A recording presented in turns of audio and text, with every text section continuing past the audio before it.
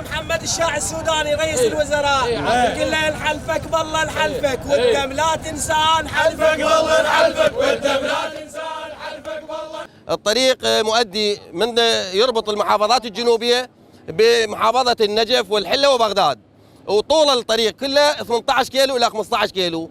كل من بعد هذا التقاطع بدءا من تقاطع غماس للديوانية والمفرق غماس انشئ وصار سايد ثاني والأمور طبيعية.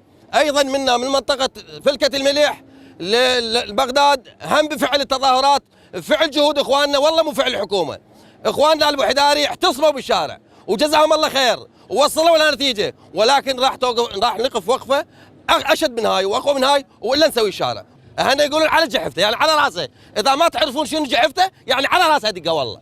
والله العظيم هاي العشائر هذا موقف أول ورسالة أولى قسما بذات الله، وهذا اللي قسم اللي قسمه مو بس عني، عن كل اللي ما حضروا اليوم وراح يحضرون إن شاء الله حتى النساء بناتنا أولادنا أمهات اللي مفقودات، نفس الموقف راح نصير. الناس الضحايا هواي وكل بيت بيه نايحة الآن، كل بيت بيه نايحة بهاي المنطقة، فعليكم أن تلتفتون لهاي القضية. هاي القضية مهمة والمشروع ما يكلف شيء. سرقة من سرقات الفاسدين واحدة تسوى 4 سادات مو سايد واحد. شغلنا على المولدات اليوم الوطنية ما موجودة، لكن ناشدة بالإنسانية، ناشدة بالقسم الذي أقسمه بينه وبين الله أن يلتفت وأن يكون له أثر بخلاص هذه الناس من شارع الموت. شارع الموت تحول من اسم السياحي إلى شارع الموت.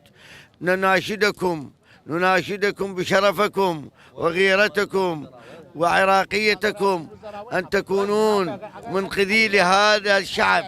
إنكم أنطقتم وقسمتم بالله بأن تكونون في خدمة الشعب، ولكن الآن من خلال عملكم إنكم ضد الشعب لحد الآن. احنا شنو ذا سويناه هامنينا. هاي المنطقة صار لها 35 سنة لا مسؤول جاها وقال ايش بيها، ويجون يصعدون على السافنة وما حد يقول لنا الله يساعدكم.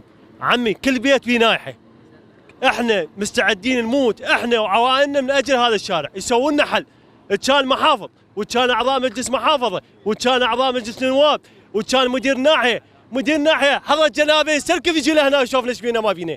عيب، خلي يستحون على نفسهم. صار أكثر من 20 سنة. شنو اللي حققته الحكومة؟